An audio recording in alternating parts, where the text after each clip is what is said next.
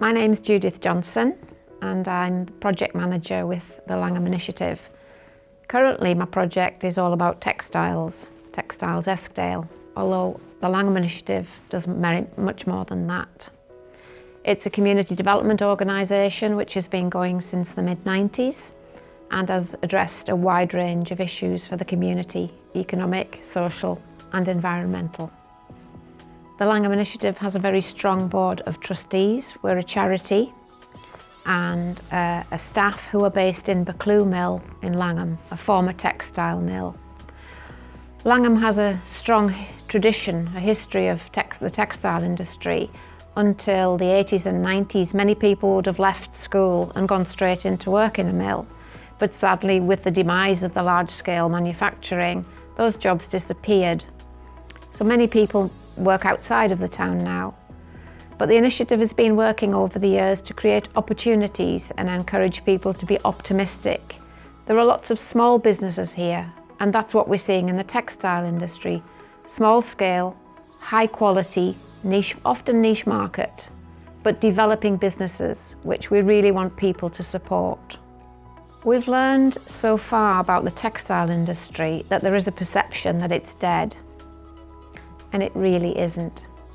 It's different, and it's going to have to be different as the world has changed. But we do have these opportunities and we have the skills and experience here. If only we could get the younger generation involved and excited about the future. And it's not just weaving. When we talk about textiles now, it's in its widest sense. Artisan products which are knitted or crocheted or macrameed or all the traditional skills for which we believe there's a real future. It's also quite a therapeutic thing to do, and the younger generation don't have the same opportunities that we did when we were younger to learn from grandparents or parents. So the Textiles project is a lot about education to make people aware of textiles in general. The other thing I should say is that we waste a lot of textiles. It gets thrown away. It's fast fashion. We buy things, we get fed up of them, we don't mend them, we throw them away. So there's a huge drive, not just here in Langholm, but across the UK and across the world, to make do and mend, to reuse, to upcycle.